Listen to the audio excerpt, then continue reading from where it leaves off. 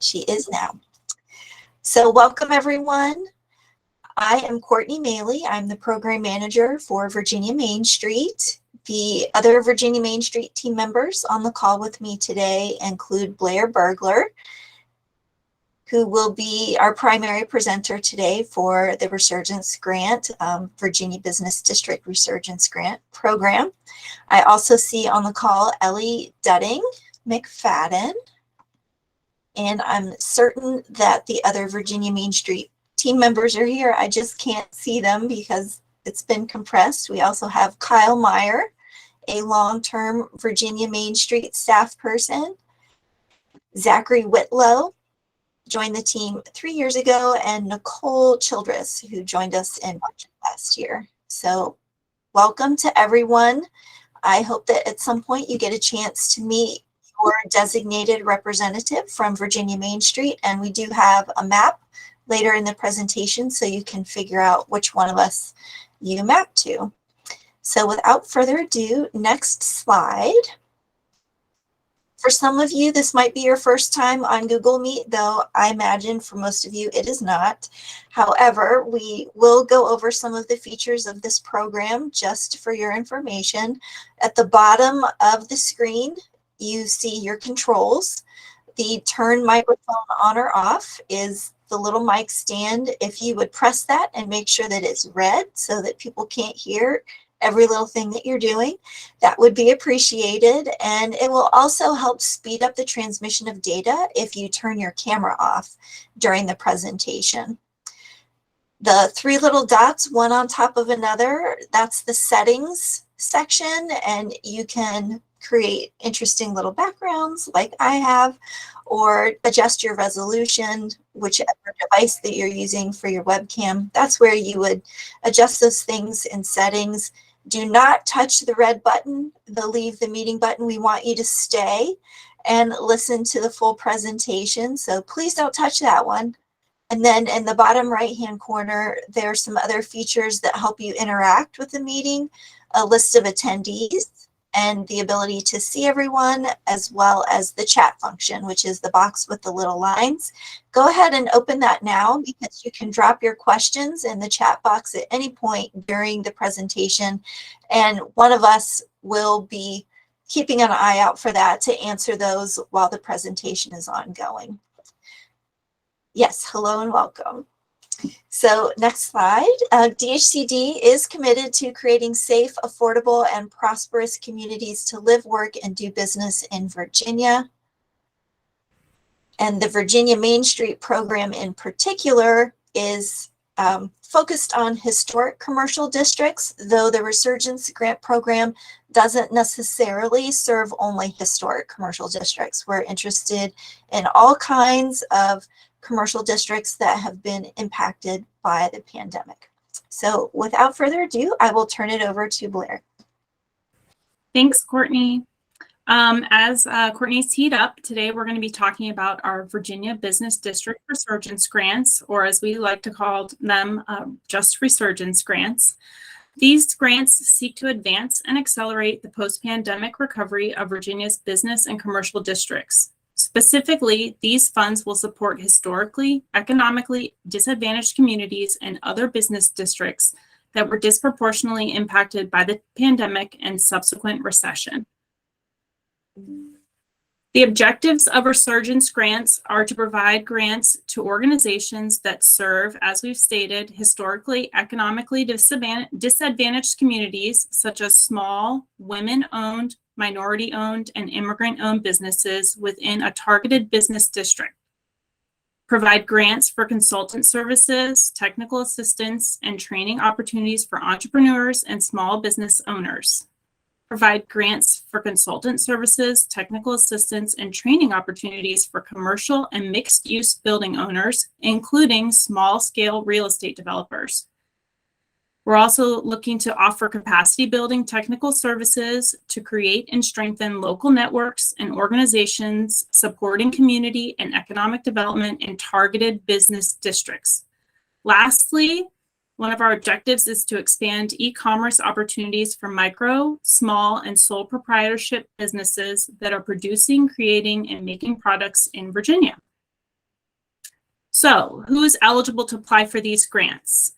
Local governments, including recognized tribal governments, economic development organizations, regional economic development entities, and this includes planning district commissions or PDCs, local chambers of commerce, and nonprofit organizations with a related mission or focus, such as Main Street organizations. Please keep in mind that all applicants must demonstrate adequate capacity to implement the project on time and within budget. To show adequate capacity, an applicant should have full-time staff and a positive track record with managing comparable projects.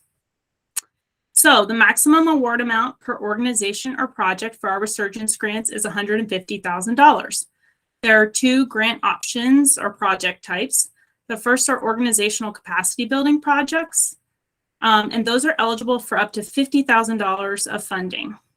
Activities that fall under this category include strategic planning for the organization, master planning, including small area plans for the community, market studies and prospect development, and then lastly, planning for community initiated development. The second grant type or project type is small business support. These projects are eligible for up to $100,000, and activities include direct small business and entrepreneurial support and training, other innovative small, women, and minority-owned or SWAM business support projects, business retention and expansion strategies, professional and non-professional services to help set up a business for long-term success, support for building and real estate improvement programs, building feasibility studies, development of marketing and promotional campaigns, facade renderings or floor plan development, placemaking and support for local businesses, small-scale production, and manufacturing business support, and local municipal matching grant programs. So all projects require a 5-to-1 match. For every $5 of grant funding applied for, there must be $1 in match funding committed. Leverage can be in cash or in-kind services provided by any other public or private source. Time contributed solely to the implementation of this project by volunteers may also be included. Please check the grant manual for more information regarding how volunteer hours are calculated.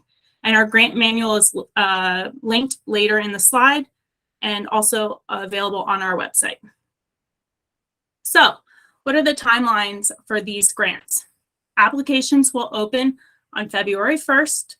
All grant applications and supporting documentation must be submitted in DHCD's favorite centralized application management system, or CAMS, by 11:59 p.m. on April 28th. Applicants must submit completed responses to all appropriate questions and include all required attachments. Applications not submitted accordingly may be disqualified. It is anticipated that award announcements will be made in July and successful projects will be under contract in August.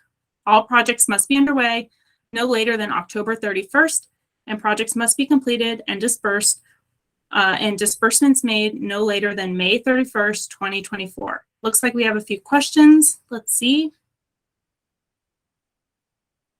Oh, okay. Yes, so all of the project types that I listed out are included in the grant manual. Thank you so much for putting that link in the chat. So the scoring rubric that we'll be using for our Resurgence grants is on the screen. Grant applicants are scored on a 0 to 100 point scale, and grant funds are limited to only those proposals exceeding the minimum 70 point threshold. Funds will be allocated from top scoring until all funds are exhausted. A strong application will clearly explain how the proposed project will result in one or more quantifiable outcomes. And these outcomes could include businesses created, served, or improved, jobs created or retained, programs developed or implemented, communities served or improved, organizations served or improved, participants served or improved, buildings improved, and plans developed or implemented. So this list is also included in the grant manual that was linked in the chat.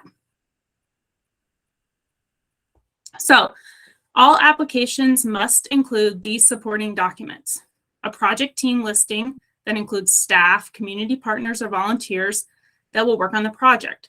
Please be sure to identify any needed consultants and whether or not that consultant role has been filled or still vacant. A project work plan is also required, and that should include tasks, responsible individuals, timeline, and budget. A template is hyperlinked in the grant manual. Please also include a project budget that denotes project-related line items for expenditures and funding sources. A template is also hyperlinked in the grant manual. And we'd love to see you note verification of leverage funds, including contracts, memorandums of understanding, agreements, award letters, and other documentation to document that commitment. The last required supporting document is a map that outlines the target business or commercial district, along with photographs that show current conditions. Please note that while it's not required, we do encourage other supporting documents and information that will be helpful in evaluating the proposed project. This might include program designs or program outlines, studies, plans, or master plans. All right, Courtney. I'm ready. So let's talk about some sample projects. And I've even noticed that some of these sample project people have registered for today's webinar. Inner Peace Coalition's Child Care Business Support Program was essentially an accelerator for childcare businesses. And if any of you on the call remember, childcare took a huge hit during the pandemic and there were not enough providers. So this particular grantee created quite a few small businesses who were childcare businesses, and they had excellent readiness. They were straight out of the gate. The awards were announced in October and they had their first business created and accepting children by January. So they were moving really, really fast and have had a tremendous impact on their community. The City of Bristol's Made in Bristol program was a partnership with the local Main Street program. So Believe in Bristol is the Main Street program, and they were conducting a community business launch, so an entrepreneurship accelerator. And at the same time, the City of Bristol was dovetailing with that by building a network of artisans and makers. So people who made things, whether it was a brewer or an ice cream maker or someone who worked in leather goods, it was anyone who had a small scale manufacturing interest in the region, trying to get them to locate in a vacant storefront in the downtown of Bristol. And then another example is Black Brand's B-Force Accelerator. And Black Brand acts almost like a chamber of commerce for the BIPOC community in Hampton Roads. And they focused this particular project on Portsmouth in partnership with the Bloom Project. And Bloom was also a Resurgence grantee, so they were able to collaborate with one another and have even more impact than they might have had separately in their work. Next slide. So funding priorities are spelled out very clearly on this slide. We want to promote a community's unique identifying assets, both built and cultural, promote inclusive collaboration and engagement with a vast and diverse set of local partners, stakeholders, leaders, residents, promote local entrepreneurs, so really building that entrepreneurial ecosystem with small businesses, women and minority-owned businesses. We've also seen applicants with a focus on veteran-owned businesses. Whatever constitutes historically disadvantaged in your particular region is what we're trying to assist. Promote equal access to opportunity and thoughtfully acknowledge and address diversity, equity, inclusion, and accessibility, challenges and opportunities in your community. And finally, promote the awareness, growth, and financial sustainability of the local Main Street organization.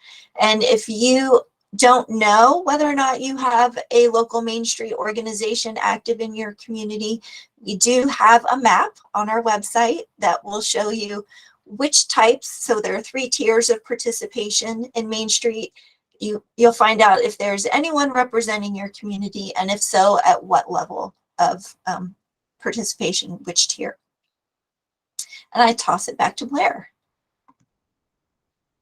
Thanks, Courtney. So as we mentioned, all applications for funding must be submitted through DHCD's CAMS. And you can access CAMS using the link in this slide. The PDF of all these slides will be shared after the session, and all the links are live, so you can click away. And then it's also available from the DHCD homepage. So Google Chrome is the recommended browser for CAMS. Please remember to save often. In order to access CAMS and complete an application for funding, an organization must be established in CAMS. So a profile request can be made by going to the CAMS site and selecting the registration option. Please allow up to 5 business days for DHCD to process and approve your registration request. So keep that in mind with when you're looking at the timeline. And also note that in order to register your organization in CAMS, you'll need your organization's unique entity ID, UEI, and Federal Employer Identification Number, FEIN. A link to secure your UEI from sam.gov is also included in this slide. Once your organization has been registered, you may log in with your username and password and select Applications and Programs option to apply. As you complete the application, be sure to save, as we've said, each page. You will have the option to close out of CAMS and return to the application at any time until the application is submitted or the deadline has passed. If you need any additional instructions, please check out the CAMS user guide, which is also linked here, or reach out to VMS staff directly. Okay, we have a question. Oh, Courtney, you got it. Thanks so much. So additional information that's important for all of our grantees is that DHCD has an agency-wide audit policy. All applicants must upload a copy of the organization's Commonwealth of Virginia W-9, so not your regular W-9, the substitute Commonwealth W-9, which is linked here, and your most recent audit and financial statements as applicable to CAMS by the grants application deadline. All grantees that receive funding during a specific program year are required to submit financial documents or audits in accordance with the agency policy. The full policy, including an explanation of the specific documents required, can be found via this link. If your application is selected for funding, a Memorandum of Understanding, or MOU, between DHCD and the grantee must be executed. This MOU will outline project deliverables, conditions, fund disbursement, and termination. Reporting through CAMS is required for all of our projects, and this includes interim progress reports and a final report. A portion of the award amount of the awarded grant funds, up to 10% of the total amount, must be used to cover administrative costs. So this administrative section of the budget will be based on activities completed or milestones achieved rather than time and materials. So some of these milestones might be completing your progress report or completing your final report. These milestones are negotiated between DHCD and the grantee and also outlined in the MOU.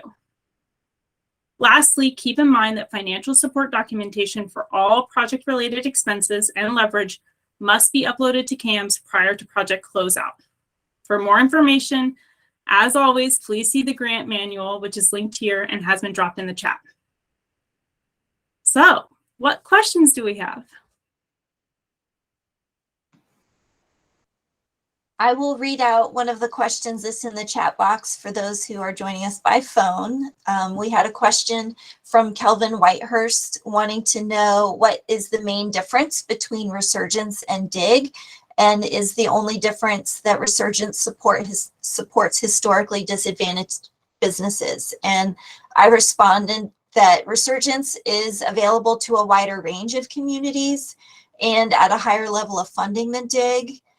Resurgence is also tied more closely to small business support than the DIG grant, and DIG does not necessarily have to be focused on small business development, where Resurgence really is all about small business development. But there are many different ways to support small businesses, and we strongly encourage you to talk with your program administrator about potential project ideas. It can also include construction. We had a couple of very successful construction projects. One was a makerspace at Fort Monroe, where leveraging other funds, because Resurgence money isn't enough to do a complete construction project by itself, but it leveraged with other funds. The city of Hampton was able to create a makerspace, and Portsmouth was able to build out a co-working space that turned out really, really nicely. Any other questions? Oh, here's one. And this is for existing businesses or prospective new businesses. So entrepreneurs and startups, if you are interested in pursuing a project that supports new business starts, that's absolutely something that we would be interested in seeing. The Inner Peace example earlier was all about startups. It was in a specific sector that was hit by the pandemic particularly hard. So that is one of the things to keep in mind, is that this is a pandemic response program. Any other questions? I saw Dr. Malcolm pop up in person. Do you have a question? He's on mute. No question. My line was going in and out. Sorry about that. That's okay. That's okay. It's good to see you. You too. Both of you.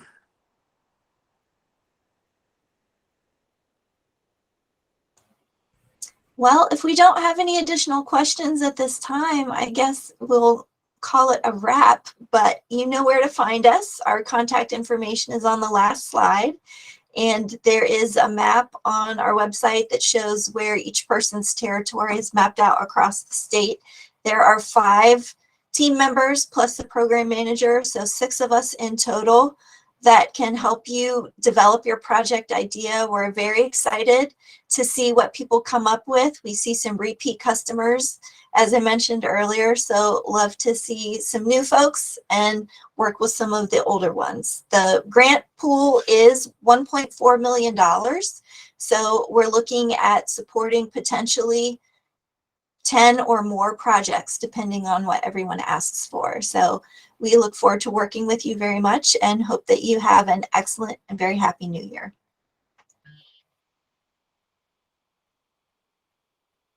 See you later.